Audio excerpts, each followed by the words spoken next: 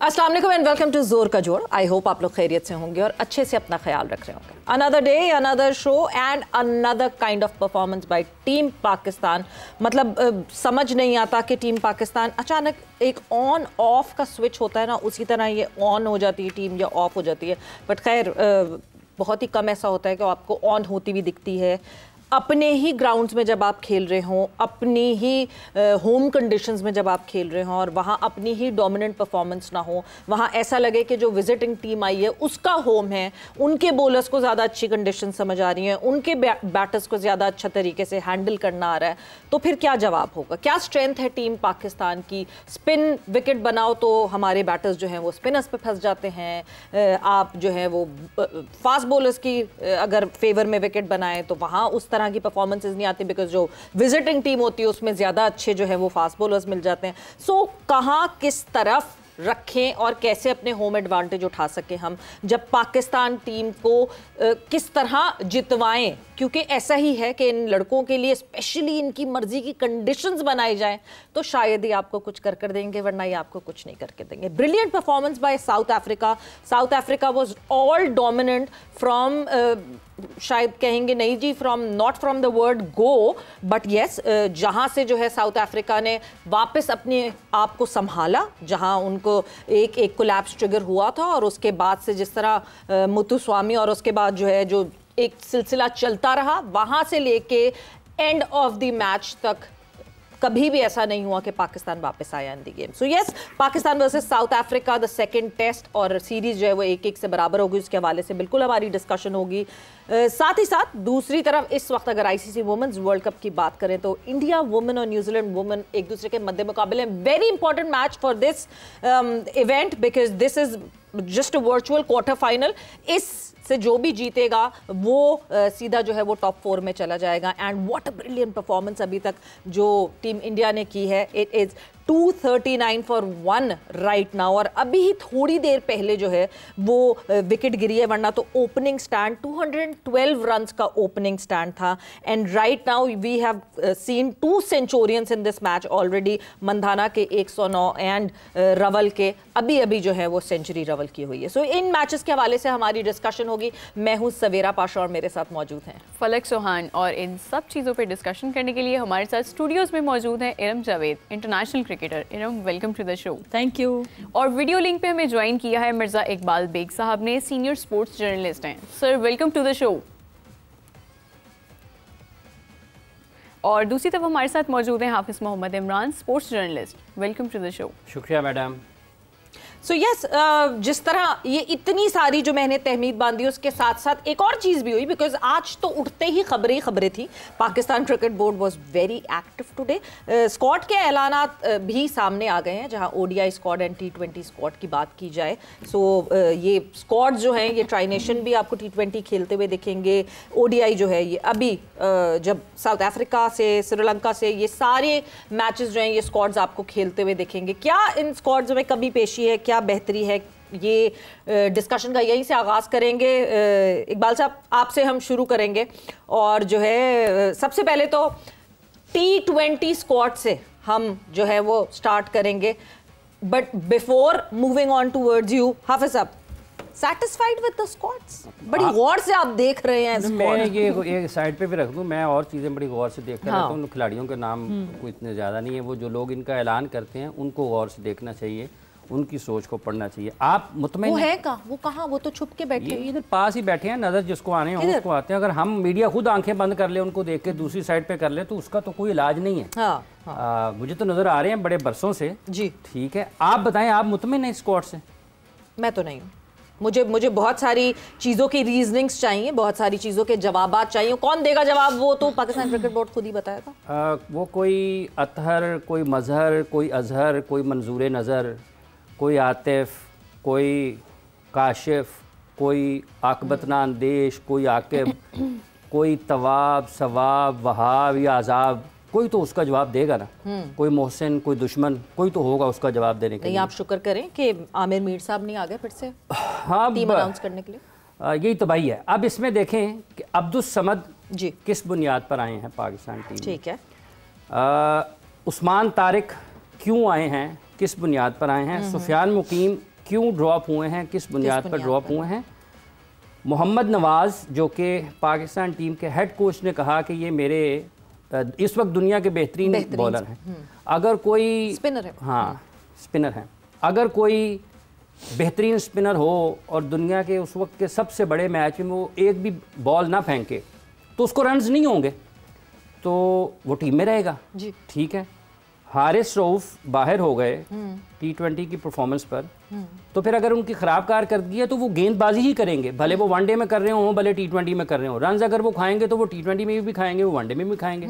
तो वनडे पे किस बुनियाद पर है। मोहम्मद नवाज किस बुनियाद पर है। अगर वो इंडिया के खिलाफ बॉलिंग ही नहीं करता जी तो वो टीम में क्यों है जी, किस बुनियाद पर। क्या एसोसिएट कंट्रीज के लिए रखा हुआ तो उसके नाम के आगे लिख दें स्पेशलिस्ट एसोसिएट कंट्रीज। यहाँ तक इख्तलाफ खत्म हो गए आपके? मेरा इख्तलाफ नहीं है, नहीं मतलब यहाँ तक आपकी रिजर्वेशन खत्म हो गई स्क्वाड पे या और किसी पे भी है? ये इस फखर जमान रिजर्व प्लेयर में आ गए आपके, ये किस बुनियाद पर आ गए। बाबर आजम की जगह बाबर आजम इसका मतलब ये कि वो कैसे आ गए हैं। अगर क्या ये सिलेक्शन कमेटी तजर्बागाह है, ये सिलेक्टर्स ने तजर्बागाह बनाया हुआ है पाकिस्तान क्रिकेट टीम को, और उनकी इस टीम की मंजूरी देने वालों ने पाकिस्तान की क्रिकेट को तजर्बागाह बनाया हुआ है। ये उस्मान खान कहाँ से आ गए हैं, वो किस बुनियाद पर इस टीम से ड्रॉप हुए थे, किस बुनियाद पर टीम में वापस आ गए हैं। इस टीम में जो T20 का स्क्वाड है कोई विकेट कीपर नहीं है।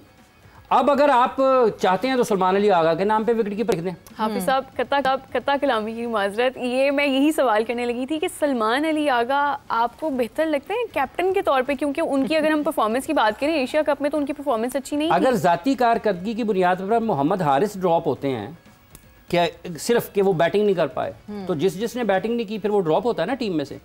तो पाकिस्तान क्रिकेट का ये हाल हो गया है कि मोहम्मद हारिस के बाद हमारे पास कोई विकेट कीपर नहीं है, और पूरे मुल्क में जो कि मुल्क का सबसे मकबूल तरीन खेल क्रिकेट है, इतने पैसे उस पर खर्च करता है पाकिस्तान क्रिकेट बोर्ड, इतनी बातचीत होती है, और विकेट कीपर मुतबादल कौन लेके हैं, उस्मान खान, जो ना विकेट कीपर है ना बैट्समैन है, कुछ भी नहीं है। वो बस उन्होंने शामिल करना है टीम में तो उसको किया हुआ है। तो वो उस बेचारे का आपने यूएई का करियर खराब करवाया, तो इस वजह से वो कहते हैं, इसको कहते हैं कि जी रेमेडियल सिलेक्शन है ये। सो रेमेडियल सिलेक्शन है। मिर्जा इकबाल बेग साहब ने हमें जो है वो ज्वाइन इन कर लिया है। इकबाल साहब, T20 squad and ODI squad, जरा T20 से शुरुआत करते हैं। अच्छा लगा आपको स्क्वाड? बहुत बहुत शुक्रिया सवेरा और फलक और इमरान को भी अस्सलाम वालेकुम। दरअसल मसला ये है कि पाकिस्तान क्रिकेट बोर्ड ने किस बुनियाद पर सलमान अली आगा को पाकिस्तान की T20 टीम का कप्तान मुकर्रर किया है। 72 रन से इनके एशिया कप में बॉलिंग में 4 ओवर इन्होंने किए और आपने उनको कप्तान रखा हुआ है। इसका मतलब ये तजुर्बागाह है ना कि आप अपनी जिद जो है वो खत्म नहीं करना चाह रहे, आप चाह रहे हैं कि बस जो हमने कहा है वो पत्थर पे लकीर है। अब सलमान अली आगा वनडे के या टेस्ट मैचेस के बड़े जबरदस्त खिलाड़ी हैं, लेकिन जबरदस्ती उनको साथ लेकर चल रहे हैं और मैं हैरान हूँ कि फखर जमान को इन्होंने रिजर्व में रख दिया। मतलब कप्तानी का जो भी उम्मीदवार होगा उसको आहिस्ता आहिस्ता साइडलाइन करते चले जाएंगे। और जिस तरीके की, बिल्कुल मैं हाफिज इमरान की बात सुन रहा था कि उस्मान खान अगर इतने बुरे थे तो पहले क्यों नहीं ड्रॉप किया था, और इतने अच्छे हैं तो एकदम से कैसे आ गए, समझ में नहीं आता, कंसिस्टेंसी नहीं है। और जिस सिलेक्शन कमेटी का सवेरा कोई चेयरमैन ना हो तो फिर वो सिलेक्शन कमेटी तो ऐसे ही फैसले लेगी ना, कोई सरबराह नहीं है, कोई अकाउंटेबिलिटी नहीं है, कोई जिम्मेदारी कबूल नहीं करेगा। आसिफ जावेद सारे शॉट्स खेल रहे हैं, लोग यही कह रहे हैं कि जिस तरीके से शाहीन आफरीदी को कप्तान बनाया गया, जिस तरीके से सलमान अली आगा को रिटेन किया गया, उसमें आसिफ जावेद का बड़ा हाथ है। सलमान अली आगा एक जमाने में लाहौर कलंदर्स की जानिब से खेला करते थे, अब तो इस्लामाबाद यूनाइटेड में चले गए। और शाहीन आफरीदी को आपको T20 का कप्तान बनाना चाहिए था, आपने उसे वनडे का कप्तान बना दिया, जबकि इन्होंने खुद उसको हटाया था गुज़िश्ता बरस के जनाब फिटनेस का प्रॉब्लम है, वर्कलोड जो है वो करना है, हमें मैनेज करना है, इसलिए शाहीन आफरीदी को कप्तानी से हटा रहे हैं। अच्छा इकबाल साहब, एक क्रिकेट में एक चीज मैं आपसे जरूर पूछना चाहूंगी। बिल्कुल देखें, सलमान अली आगा की कैप्टनसी पे सबके बहुत सारे सवालात हैं, उनकी परफॉर्मेंस पे सबके बहुत सारे सवालात हैं। एक चीज जो आपने प्रेसिडेंट गलत रखा था, मगर अब when we are so close to the T20 world cup, अब एक गलत के बाद अगले को फिर गलत करना सही रहेगा कि इतने 11th आवर पे आप फिर कप्तान हटाएं और किसी और को कप्तान लगाएं और उस कप्तान के साथ भी ज्यादती हो जो नया आए और आके वो कहे कि ये इन चंद मैचेस के लिए मैं आया हूं और उसके बाद मुझे वर्ल्ड कप में लड़वाना है टीम को, क्या ये फिर सही होगा? देखिए, अगर आप तजुर्बा करना चाहती हैं सवेरा तो तजुर्बात करते रहे। क्या शाहीन आफरीदी कंटेंडर नहीं था T20 की कप्तानी का? वो पहले भी कर चुका है, पाकिस्तान को लीड कर चुका है शाहीन शाह आफरीदी। तो आप सलमान अली आगा के साथ क्यों जबरदस्ती प्रोसेस कर रहे हैं? आपके नताइज आपको बताएंगे। जब आप वर्ल्ड कप में जाएंगे तो आपको खुद इस बात का अंदाजा हो जाएगा। जो एशिया कप में हमारी ठीक है परफॉर्मेंस रही, जैसे हमने श्रीलंका को हराया, जैसे बांग्लादेश को हराया, लेकिन वो टीम की वो परफॉर्मेंस नहीं थी। और कप्तान तो सिपा सालार होता है, वो खुद फ्रंट से लीड करता है। तो क्या परफॉर्मेंस दी है सलमान अली आगा ने? वो तो बॉलिंग कराते हुए डर रहे थे। आप मुझे बताएं ना फिर किस तरीके से, अगर आप कहते तब्दीली तो पहले ही करनी चाहिए थी। लेकिन हैरत की बात है कि सलमान अली आगा को कप्तान की हैसियत से बरकरार रखा गया है। मैं समझता हूँ, मैं रिजवान के बारे में कहता रहता हूँ, लेकिन उनके साथ ज्यादती हुई है। रिजवान को आपने इतने तम तराक के साथ कप्तान बनाया था और उन्होंने पेशावर प्रेस क्लब में एक प्रेस कॉन्फ्रेंस भी की थी। चेयरमैन साहब की बड़ी तारीफ की थी कि हमारे चेयरमैन का एक पैर कराची में होता है, एक लाहौर में, एक लंदन में, इतने मेहनती हैं। और उन्होंने बड़ा अप्रिशिएट किया था उनकी एफर्ट्स को। लेकिन क्या हुआ, कहाँ चले गए मोहम्मद रिजवान? लगता है कि अब उनका करियर भी अपने इख्तितामी मराहिल की तरफ गामजन है। इकबाल साहब, जितनी करनी थी ना तारीफ उतनी नहीं की थी, थोड़ी कम की थी शायद, इस वजह से वो बस यहीं तक का पेट्रोल था, इससे ज्यादा का नहीं था। Iram, adding up you with this discussion, obviously 2 squads का ऐलान हुआ। रिजर्वेशन, जब भी स्क्वाड ऐलान होता है कहीं ना कुछ आपको कमी पेशी होती है, मगर मैं सबसे बड़े नाम का जिक्र करूंगी, क्योंकि जब भी हम एक बड़े सीनियर प्लेयर की वापसी देखते हैं, कहीं ना कहीं बैक ऑफ दैट कहीं ना कहीं परफॉर्मेंसेस का इंतजार होता है। आपने बाबर आजम को रेस्ट नहीं करवाया था, आपने बाबर आजम को T20 के स्क्वाड से ड्रॉप किया था। ड्रॉप से जब आप वापस आते हैं तो तब आते हैं जब आपकी कहीं परफॉर्मेंसेस होती हैं। तो कहाँ सिलेक्टर्स ने परफॉर्मेंसेस देखी, या फिर ये सिर्फ एक वो है कि हाँ जी जब प्रेशर आएगा तो बाबर आजम को वापस ले आएंगे, जब प्रेशर खत्म होगा तो बाबर आजम को साइड पर, ये मतलब ये अपने आप से भी खेल रहे हैं और बाबर आजम से भी खेल रहे हैं? बिल्कुल, मेरे ख्याल में ये पाकिस्तान की क्रिकेट से खेल रहे हैं। वो अपना आप वही है ना, पाकिस्तान क्रिकेट से खेल रहे हैं। ये अपना आप से कहाँ खेल रहे हैं? वो तो अपना तो सब कुछ जमा कर रहे हैं। खिलवाड़ तो पाकिस्तान की क्रिकेट से हो रहा है। जी मैडम। नहीं, बिल्कुल, बहुत सी चीज़ें हैं जिनको देखना पड़ेगा कि ये सब क्या हो रहा है। जो आपने बात की है, मुझे लगता है अगर जो सिलेक्टर्स हैं उन्हीं को ही कॉल करके पूछ लें कि उनका क्या है, इसमें सामने ही नहीं आ रहे हैं रोल मतलब, क्या है कि किस बेस पे ड्रॉप करते हैं, क्या क्राइटेरिया क्या है, किस चीज़ पे पिक कर लेते हैं, किसी की परफॉर्मेंस देख के कर लेते हैं, किसी की फिटनेस देख के कर लेते हैं, या डोंट नो कि क्या इसमें है। लेकिन जो चीज़ मैं देख रही थी कि अभी हमने एशिया कप में देखा कि मोहम्मद हारिस टीम के साथ थे जी, और एक तरफ वो टीम के लिए सेक्रीफाइस कर रहे थे अपनी पोजीशन को, बैटिंग के लिए, तो क्योंकि कप्तान तो यही कह रहे थे। लेकिन एग्जैक्टली यही होता है जब एक प्लेयर टीम के लिए सेक्रीफाइस कर रहा होता है, लेकिन जब कहीं टूर्नामेंट गुजर जाता है, जब वो वापस आते हैं, जब नेक्स्ट टीम अनाउंस होती है तो वो बिल्कुल ही ड्रॉप हो जाता है, स्केपगोट बन जाता है वो। एग्जैक्टली। तो ये चीज़ मुझे समझ नहीं आती कि या तो फिर इसलिए प्लेयर्स जो हैं वो फिर चीज़ें छुपाते भी हैं, अपनी इंजरीज भी छुपाते हैं और एग्जैक्टली सेल्फिश भी हो जाते हैं और फिर इनकार कर देते हैं कि नहीं यार ये हम नहीं कर सकते, जो हमारी पोजीशन है हमें उधर ही भेजा जाए। तो ये मुझे था कि मोहम्मद हारिस नजर नहीं आ रहे। पहले अगर वो टीम में थे तो वो क्यों थे, अब ड्रॉप हो गए तो कैसे हो गए। फखर जमान T20 में, मेरे ख्याल में एशिया कप में फखर जमान की परफॉर्मेंस को अगर साइम अयूब से कंपेयर करें तो शायद फखर जमान की बेहतर परफॉर्मेंस थी सबसे ज्यादा जी। तो लेकिन साइम आपको नजर आ रहे हैं, फखर आपको नजर नहीं आ रहे। तो बहुत सी चीजें हैं, सवाल तो ऑब्वियसली बहुत से हैं, लेकिन जवाब तो मुझे लगता है कि फिर पीसीबी या उनके मैडम पीसीबी ने क्या जवाब देना, बस इमरान मैं बताता हूं आपको पीसीबी ने क्या जवाब देना, उन्होंने जवाब ही समझो। अच्छा, ये जैसे अभी बात की आपने इसकी मोहम्मद हारिस की, मैं सुबह से मोबाइल ढूंढ रहा हूँ, देख रहा हूँ, इसमें से कोई मुबारकबाद का पैगाम नहीं आया, कोई हौसला अफजाई का पैगाम नहीं आया। और दोस्तों के भी मोबाइल छाने हैं, उनको भी ज़्यादा मुझे दिखा दें, शायद कोई कहीं पे किसी का कोई पैगाम पड़ा हो जी। इस विकेट कीपर के लिए पाकिस्तान क्रिकेट बोर्ड के चेयरमैन ने ट्वीट किया था कि सपोर्ट मोहम्मद हारिस एंड सलमान अली आगा। तो किसने करना था सपोर्ट? और जो इरम ने बात की है कि कुर्बानी दे रहे थे या सेक्रीफाइस कर रहे थे, ये गलत बयानी करते हैं, झूठ बोलते हैं। इसलिए ये मसाइल पाकिस्तान की क्रिकेट को, जो इंटेलेक्ट की डिसऑनेस्टी है, वहीं से शुरू होते हैं, वहीं से शुरू होते हैं। आप दुरुस्त चीज लोगों को बताएं कि ये उसकी जगह है या उस पर वो नहीं फिट हो रहा, हम उसको नीचे लेकर आ रहे हैं। ठीक है, ये कौन सी कुर्बानगाह है? ये प्रोफेशनलिज्म है। बिल्कुल, आप हाईएस्ट लेवल पर परफॉर्मेंस के लिए जाते हैं, तजर्बात के लिए नहीं जाते। इस टीम में और इन तमाम फैसलों में पाकिस्तान क्रिकेट बोर्ड के वो तमाम अफसरान, भले वो आकिब हैं, अजहर हैं, असद हैं, कोई भी है, वो सब के सब जिम्मेदार हैं। और ये बिल्कुल पाकिस्तान के लोगों के जज्बात से और अवाम की नब्ज पे उनका हाथ है। 6-7 तब्दीलियां आपने की हैं T20 स्क्वाड में। आप बताएं तो सही, ये बाबर आजम के साथ ज्यादती की बात है तो क्या ये नसीम शाह के साथ ज्यादती नहीं है? ये पाकिस्तान क्रिकेट के साथ ज्यादती नहीं है? क्या ये शाहीन शाह अफरीदी के साथ ज्यादती नहीं है? क्या ये मोहम्मद नवाज की जगह पर किसी हकदार खिलाड़ी के साथ ज्यादती नहीं है? सुफियान मुकीम को आपने बाहर बिठा दिया, उसका क्या कसूर है? क्या उसने मतलब है कि कहां खराब परफॉर्मेंस दी है? उस्मान खान को आप किस बुनियाद पर पाकिस्तान की टीम में लेके आए हैं? साहिबजादा फरहान बैटिंग में ठीक कर रहा है, अब उसकी हमने तबाही करनी है। उसकी कारकर्दगी को खराब करना है और उसको को बहाना बनाना है, बाहर बनाने के लिए हम उसको विकेट कीपिंग करवाएंगे। भाई वो विकेट कीपर है ही नहीं, आप उसको क्यों विकेट कीपर बनाकर पाकिस्तान की टीम में शामिल कर रहे हैं?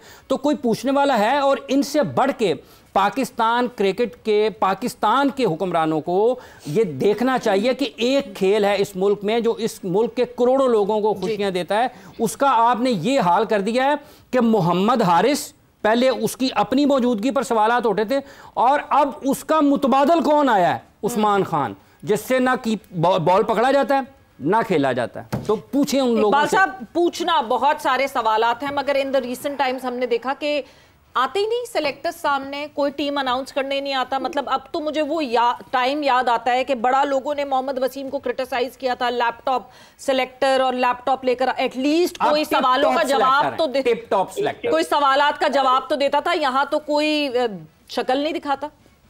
इसके लिए सवेरा वो जो शेर है ना कि साफ छुपते भी नहीं, सामने आते भी नहीं, अजब पर्दा है कि चिलमन से लगे बैठे हैं। कोई जो है वो जवाब देने के लिए तैयार ही नहीं है कि भाई जवाब तो दें। और मोहम्मद हारिस कल को पाकिस्तान क्रिकेट बोर्ड की आंख का तारा थे, आज तारा जमीन पर आ गया। आप पूछे ना इनसे कि क्राइटेरिया क्या है सिलेक्शन का। और उस्मान खान को पहले आपने ड्रॉप कर दिया, एज अ विकेट कीपर लेकर आ गए।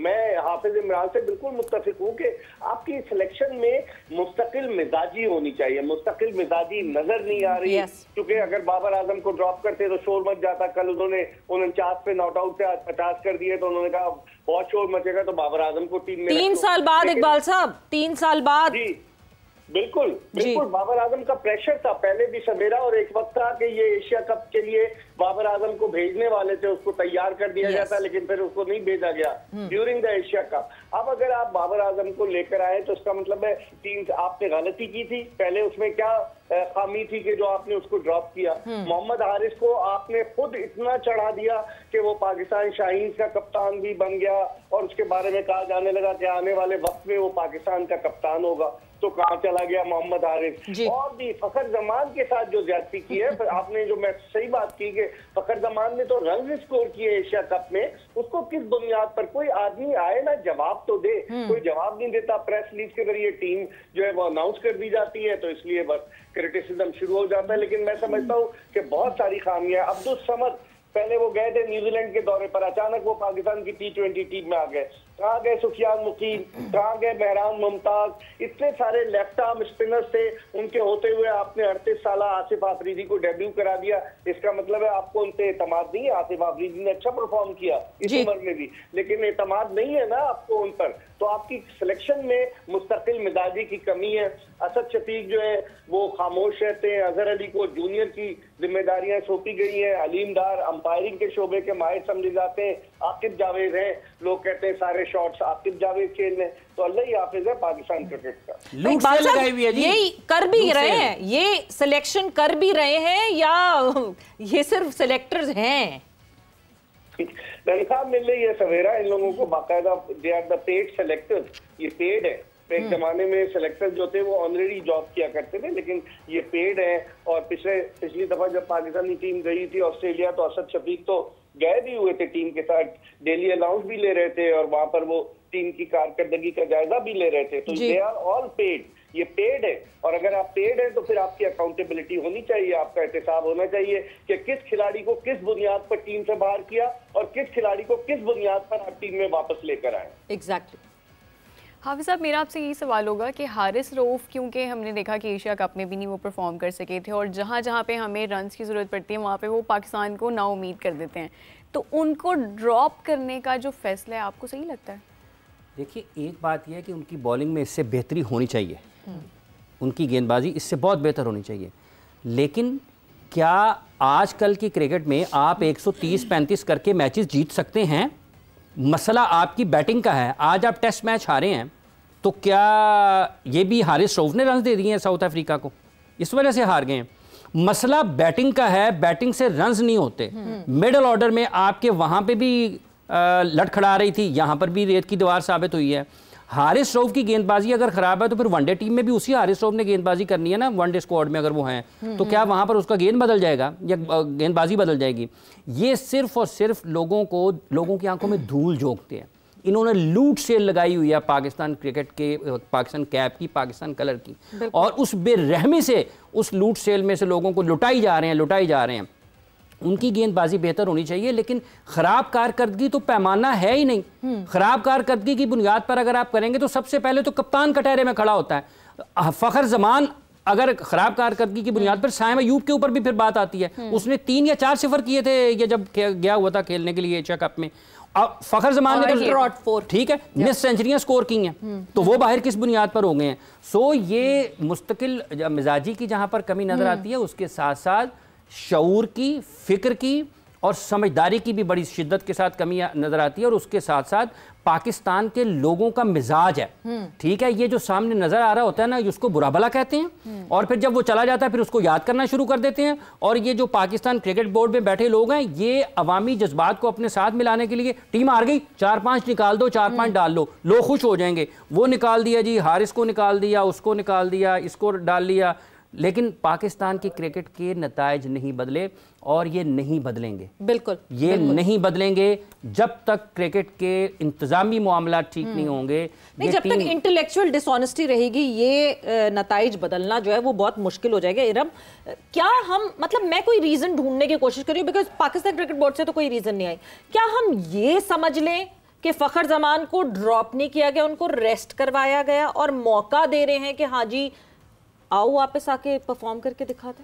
नहीं, मेरे ख्याल में अगर रेस्ट करवाना था तो साइम अयूब को सबसे पहले करवाते। उसको ड्रॉप भी करना था। ये साइम अयूब को तो ड्रॉप करना था, इसको ड्रॉप भी किया उन्होंने। तो ये मेरे ख्याल में अब 7 रिजर्व में रखा हुआ है। अगर वही बात है कि अगर आप साइम को बिठा देते, उनको थोड़ा ड्रॉप कह लें या रेस्ट कह लें, ऑब्वियसली ये सीरीज पाकिस्तान में होनी है, पाकिस्तान में मैचेस होने हैं, बाहर होने हैं पाकिस्तान में। तो ये रिजर्व कोई मतलब पाकिस्तान ने ऑस्ट्रेलिया जाना है, साथ भिजवा रहे हैं रिजर्व खिलाड़ियों को, और टीम के साथ रहेंगे। लेकिन ये है कलामी की माजरत, हमें ब्रेक पर जाना है, वापस आएंगे, मजीद हम डिस्कशन करेंगे, यहीं से कंटिन्यू करेंगे। We will be right back.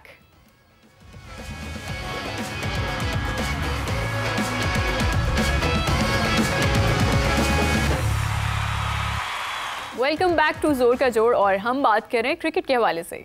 बिल्कुल जी, डिस्कशन हमारी अभी ऑब्वियसली जो स्क्वाड जिसका ऐलान हुआ, T20 का स्क्वाड और ODI का स्क्वाड, उसके हवाले से डिस्कशन हो रही थी। ODI पे तो खैर हमने अभी ज़्यादा बात ही नहीं की, T20 के स्क्वाड पे ही इतनी सारी चेंजेस हैं और इतनी सारी बहस मुबाहिसे हैं कि यस उस पर बिल्कुल बात हुई है। मगर we don't want to lose the chance to talk about the performances जो कि Pakistan versus South Africa, the second test, जो परफॉर्मेंसेस, जो महान परफॉर्मेंसेस हमारी टीम की तरफ से आई। क्यों होता है ऐसा बार बार कि पाकिस्तान टीम की तरफ से कोलैप्स ऐसे ट्रिगर होता है कि आपको लगता है कि जो स्कोर कार्ड है वो टेलीफोन नंबर बन जाता है? क्या रहा, कैसा रहा आज का दिन और क्या सिलसिला रहा पूरे इस टेस्ट मैच में? ये मैच समरी आपके सामने स्क्रीन पर है जी।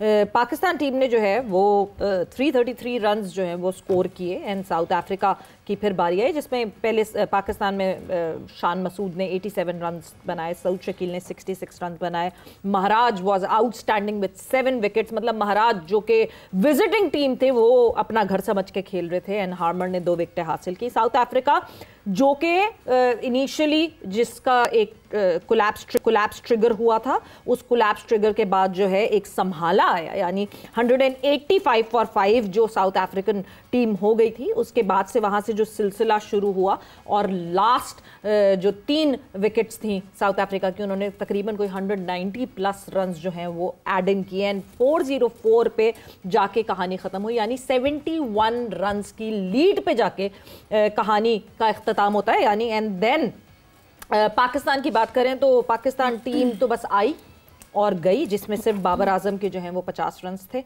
एंड इवेंचुअली साउथ अफ्रीका के लिए कहानी बहुत आसान थी, they came in 32 for 2 and South Africa won this match, a dominant win by South Africa by 8 wickets. And Iqbal साहब, आपकी तरफ मैं सबसे पहले आऊंगी कि मतलब पिछले आज का दिन और इससे पिछला दिन अगर आप बात करें तो ऐसा लग रहा था कि लड़के इंटरेस्टेड ही नहीं थे, मतलब उनका दिल ख़त्म हो गया था खेलने से, वो खेलना नहीं चाह रहे थे, एक अजीब सी बॉडी लैंग्वेज थी, एक अजीब सा डिस्कनेक्ट था फ्रॉम द गेम।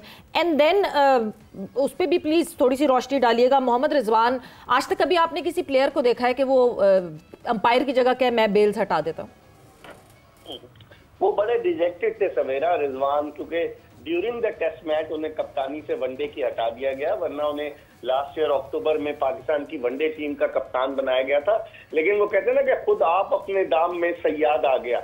ये दूसरा मौका है जब पाकिस्तान ने स्पिन ट्रैक बनाया। इस साल के अवाइल में जनवरी में वेस्ट इंडीज के खिलाफ मुल्तान में स्पिन ट्रैक बनाया, पहला टेस्ट मैच जीते, दूसरा टेस्ट मैच हार गए। और इस टेस्ट मैच के लिए भी स्पिन ट्रैक बनाए गए लाहौर और रावलपिंडी में। लाहौर का टेस्ट मैच हम जीत गए 93 रन से, लेकिन रावलपिंडी में क्या हुआ, हालांकि हम टॉस भी जीते थे।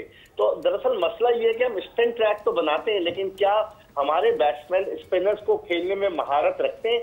आप साउथ अफ्रीका को देखें कि उन्होंने 36 साल हार्मर को मार्च 2023 के बाद उसको अपनी टीम में शामिल किया और उसने क्या बॉलिंग की सेकंड इनिंग्स में पाकिस्तान की। फिर महाराज पहला टेस्ट नहीं खेले, जब वो आए तो उन्होंने क्या बॉलिंग की। मुतसामी, यानी कि जो मुखालिफ टीमें हैं वो पाकिस्तान की कंडीशंस को समझते हुए स्पिनर्स को लेकर आई। उन्होंने 3 स्पिनर्स अपनी टीम में शामिल किया और उन्होंने हमें नॉकआउट कर दिया। और फिर हमारा जो लोअर ऑर्डर है सवेरा, आप देखें कि क्या हो गया है हमारी बैटिंग को, कि लाहौर टेस्ट की पहली इनिंग्स में 16 रन पर पाकिस्तान की आखिरी 5 विकेटें गिरी, दूसरी इनिंग्स में 17 रन पर आखिरी 6 विकेटें गिरी, फिर यहाँ 17 रन पर 5 विकेटें गिरी, फिर उसके बाद सेकेंड इनिंग्स में 42 रन पर हमारे 6 खिलाड़ी आउट हो गए। तो इसका मतलब है जिस टीम में सलमान अली आगा 7वें नंबर पर बैटिंग के लिए आ रहा है वो कोलैप्स हो रही है और मुसलसल कोलैप्स हो रही है। तो कौन इसकी जिम्मेदारी कबूल करेगा? इमरान फरद को इन्होंने बैटिंग कोच बनाया, इससे पहले हनीफ मलिक थे शॉर्टर वर्जन में।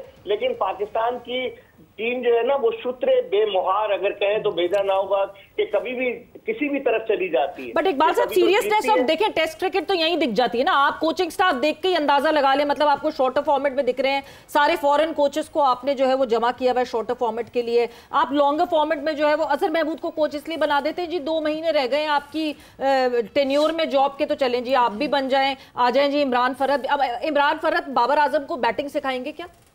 ये भी आपने $1 मिलियन क्वेश्चन कर लिया है। मैं बता तो रहा हूँ कि मुस्तकिल मिजाजी की कमी है, कोई कंसिस्टेंसी नजर ही नहीं आती, फैसलों में कंसिस्टेंसी नजर नहीं आती।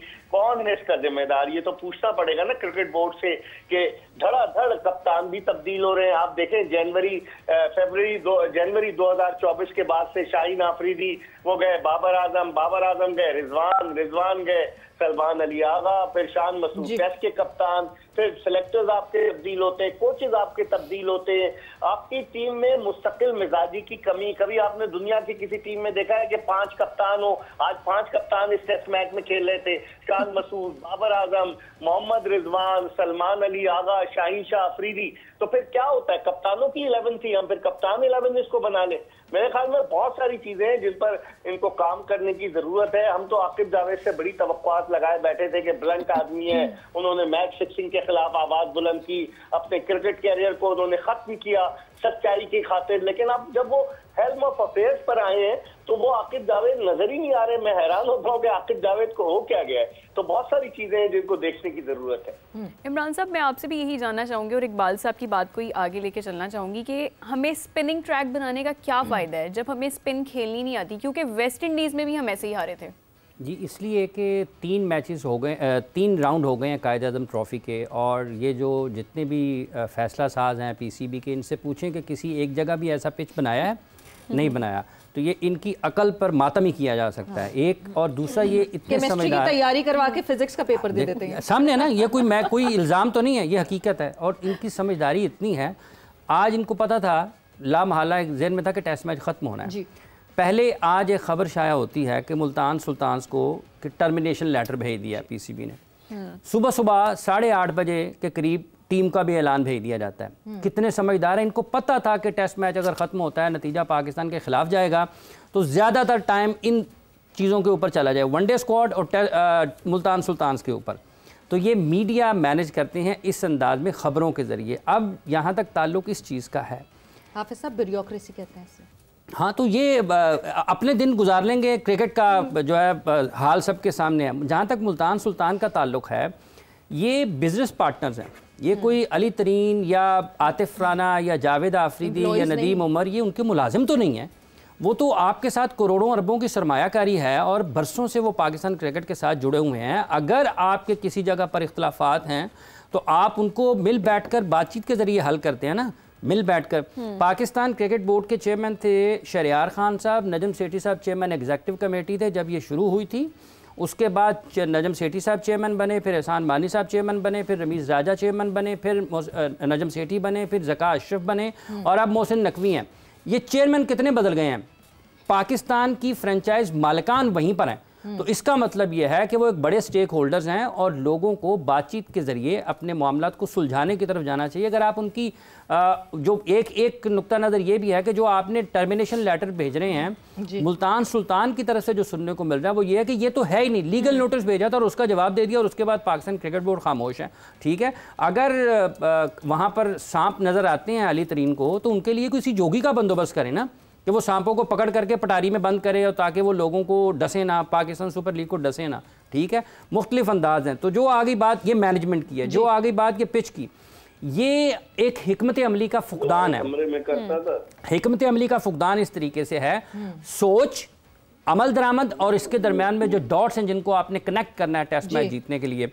जब आप स्पिन ट्रैक बनाते हैं तो इसका मतलब यह है कि आप ये समझते हैं कि आपकी बैटिंग इतनी अच्छी है कि वो स्पिन को मैनेज करेगी। लेकिन जब आप टॉस हार गए या जीत गए, अगर आप जीत गए, आपने पहले बैटिंग की, तो तीसरे दिन और चौथे दिन ये भी बैटिंग सेकंड इनिंग्स में आपकी आएगी। तो क्या आप उसको उतनी अच्छे अंदाज में मैनेज कर पाएंगे या नहीं कर पाएंगे? पाकिस्तान उसमें नाकाम रहा। इससे आगे बढ़ें, जो ये स्ट्राइक रेट का गलबा है पाकिस्तान क्रिकेट में बल्लेबाजों की सोच पर, आपको मौके मिले हैं ऐसी पिचेस पर आप पहले इनिंग्स में 500-500 रन करते हैं ताकि आपको दूसरी बारी लेने का मौका ना मिले या बहुत कम रन्स आपकी तरफ आए। वो रन्स इन्होंने अपनी, जैसे कप्तान साहब मैच के बाद में बोलकर गए जी कि हमें अपने लोअर ऑर्डर पर गौर करना है। कमाल है भाई, पाकिस्तान का कप्तान है, अपने सारे ऑर्डर्स पर गौर करना है। ये सारे डिसऑर्डर है, ऑर्डरलेस हैं सारे के सारे, इनके हाल ही खराब है भाई। रन्स करना टॉप ऑर्डर की और मिडिल ऑर्डर की जिम्मेदारी है। आप लोअर ऑर्डर के ऊपर जा रहे हैं, 7वें नंबर पर आपका स्पेशलिस्ट बैट्समैन खेल रहा है, आप किसको पागल और बेवकूफ बना रहे हैं? और ये सारी लोअर ऑर्डर के रन्स की अगर इंतजार कर रहे हैं तो इतनी बड़ी फौज जो आपने बैटर्स किस लिए रखी हुई है, वो किस लिए रखी हुई है?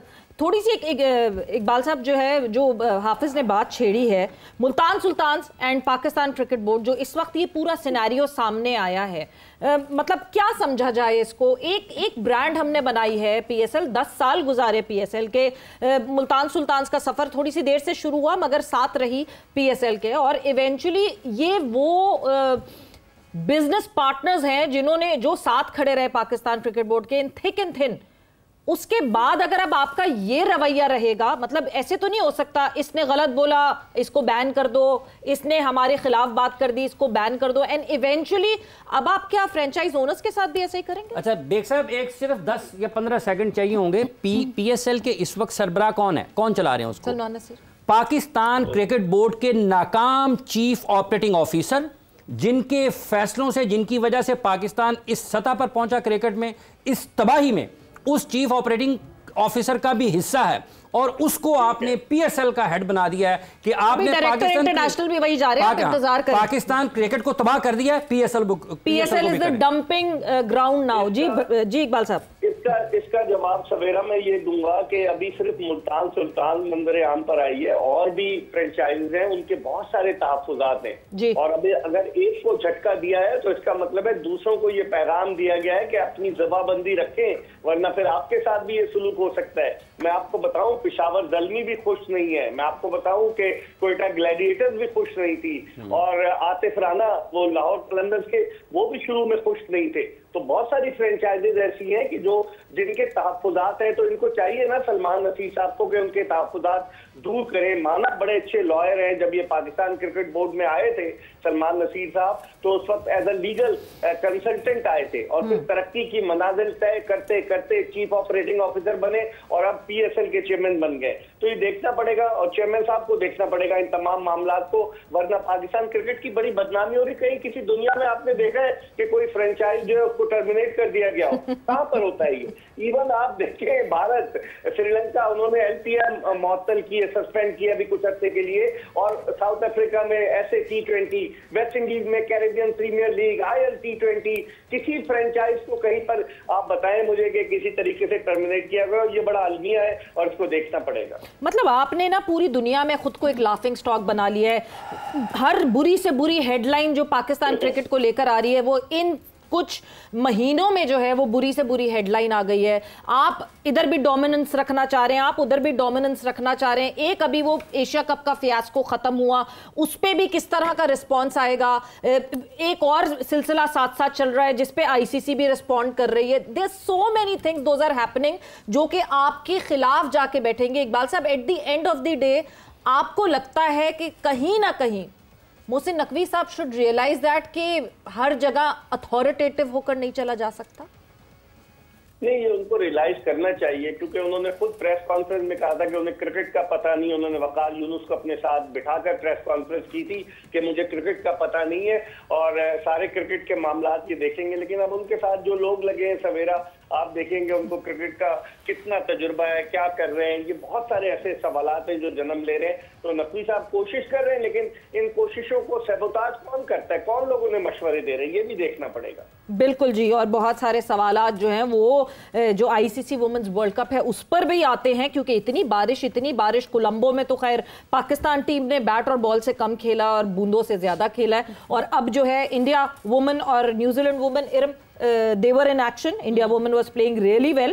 48 ओवर्स तो हो गए, मगर रेन अगेन। ये फोकस कुछ नहीं होता। नहीं, देखें 4 साल बाद ये वर्ल्ड कप आता है और सारी टीम्स जो है इस चीज की प्रैक्टिस करती हैं। सबसे बिग इवेंट है, ठीक है। तो मेरे ख्याल में इस चीज पे ICC को देखना चाहिए कि 4 साल बाद एक इवेंट आना है, पूरी टीम्स उसकी तैयारी करती हैं। ये जो फोरकास्ट, ये बारिशें, अगर ये मैचेस भी इनकी नजर होने हैं, अब न्यूजीलैंड को भी, अगर पाकिस्तान इतना बड़ा मुल्क है, 50+ वेन्यूज हैं, आप वो वेन्यूज ही ना चूज करें जब बारिश के। बिल्कुल ऐसी है। इंडिया के अलावा और पाकिस्तान के अलावा भी अगर हम बात करें तो न्यूजीलैंड, उसके भी 2 मैचेस ऐसे गए हैं जिसका कोई रिजल्ट ही नहीं आया। तो वर्चुअल क्वार्टर फाइनल है, इससे डिसाइड होने के टॉप 4 में बिल्कुल ऐसी है। और अभी देखें बारिश हो गई है, अगर आज का मैच ना हुआ तो कौन जाएगा? फिर वही ना कि दोनों टीम्स के लिए मुश्किलात हैं, लेकिन वो कोशिश पूरी करेंगे कि मैच हो जाए, लेकिन तभी होगा जब बारिश रुकेगी। तो लेट्स सी, आज इंडिया अभी तो बहुत अच्छी पोजीशन पे, लेकिन फिर भी New Zealand, I don't know toss जीत के उन्होंने फील्डिंग क्यों की, जबकि स्टार्ट से देख रहे हैं कि कोई बॉल में कोई खास मूवमेंट कुछ भी नहीं है। मस्ट विन गेम है दोनों के लिए। आप ऐसे प्रेशर सिचुएशन, प्रेशर मैचेस में आप टॉस जीत के बैटिंग करते हैं, क्योंकि chasing is always difficult. Chase चाहे किसी भी टीम के खिलाफ हो, आप वो मुश्किल होती है। तो मेरे ख्याल में न्यूजीलैंड ने सबसे पहले तो एक ये टॉस पे गलती कर दी, और फिर अब जो बॉलिंग में कर रहे हैं, बॉलिंग बिल्कुल अप टू द मार्क नहीं है। बेट्स को, सूजी बेट्स जो उनकी मोस्ट सीनियर प्लेयर है, उसको बॉलिंग के लिए आना पड़ा है, और वो भी मुझे लग रहा है कोई ऑफ स्पिन ही फेंक रही है। वो पहले मीडियम पेसर होती थी, अब वो लग रहा है कि ऑफ है। तो यहाँ से साफ नजर आ रहा है कि न्यूजीलैंड जो है ना वो अब उनके कंट्रोल में नहीं रही। और अगर इंडियन टीम और अगर ये बारिश कंटिन्यू होती तो जमीन आसमान का फर्क है। अगर हम नेट रन रेट की बात करते हैं, न्यूजीलैंड वुमेन इस वक्त -.245 के नेट रन रेट पर हैं, और इंडिया वुमेन जो है वो 0.526 के नेट रन रेट पर हैं। So eventually India would be going forward as a top 4 अगर ये बारिश जो है वो कंटिन्यू रहती है और ये वॉश आउट हो जाता है गेम। बट विद दैट वक्त हमारा यहाँ पे खत्म हो गया। इकबाल साहब, आपका बहुत बहुत शुक्रिया for joining in. Thank you Hafiz sahab, thank you Iram, thanks a lot for joining in. और ये वक्त जोर का जोड़ का यहाँ खत्म होता है। सवेरा पाशा को और फलक को इजाजत दीजिए। अपना बहुत ख्याल रखिएगा। टेक केयर, बाय बाय, अल्लाह हाफिज।